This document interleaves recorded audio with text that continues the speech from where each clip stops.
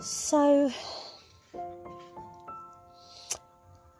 I didn't really want to have to do this, but I think I need to do this as a cathartic exercise because inside I'm really angry and I do not want to have that kind of energy.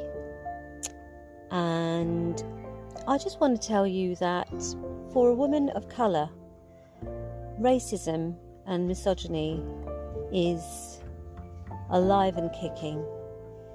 And evidence of that was the assault. Evidence of that was being stopped in a supermarket 3 times because I had the branded reusable supermarket bag which I had bought from another supermarket previous, and they tried to accuse me of stealing.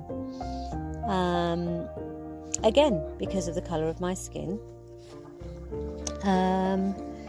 And of course, today the dogs were barking because I was trying to sort out the stray dog with Nikki, and they were barking because somebody came too close to use the electrical supply, and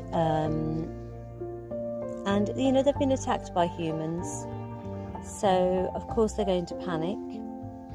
I find I'm always apologising for them. They are only puppies.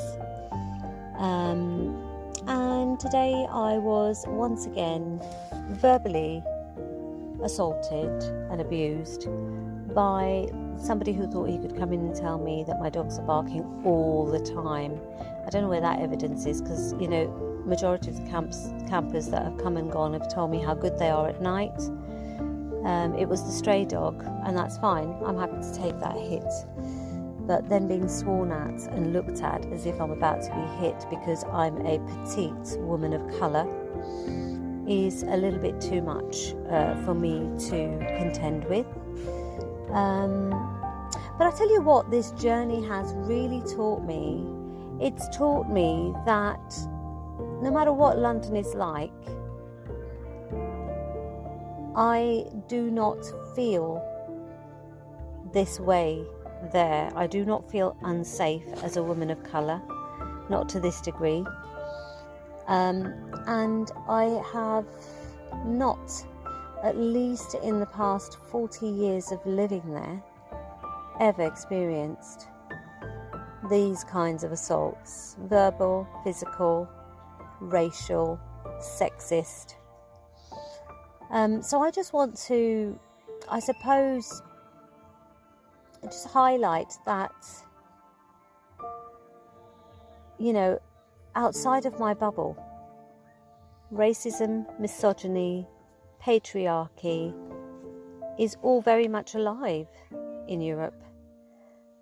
And that's a real shame. It kind of leaves a very bad taste, you know, in terms of what we can and cannot experience without being judged, without people making assumptions, and without people thinking that they have the permission to speak to you in a certain way because of the colour of your skin and because of the gender you happen to be.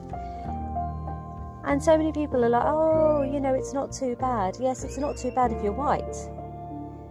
Yeah, it's a little bit worse if you're a white woman on your own. Yes, they do experience some sexism and misogyny. Try to be a woman of colour on your own. And that scale peaks to an unprecedented degree. And it's a real shame. But I have to say that, yeah, I'm getting a bit fed up of it, to be quite honest.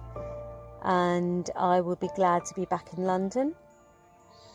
And it has just highlighted to me how very much alive all of this stuff is. We think we've moved forward, but actually, realistically, no. There are many, many who crawl out of their little rocks when they see a woman of colour entirely on her own, and that's an easy target.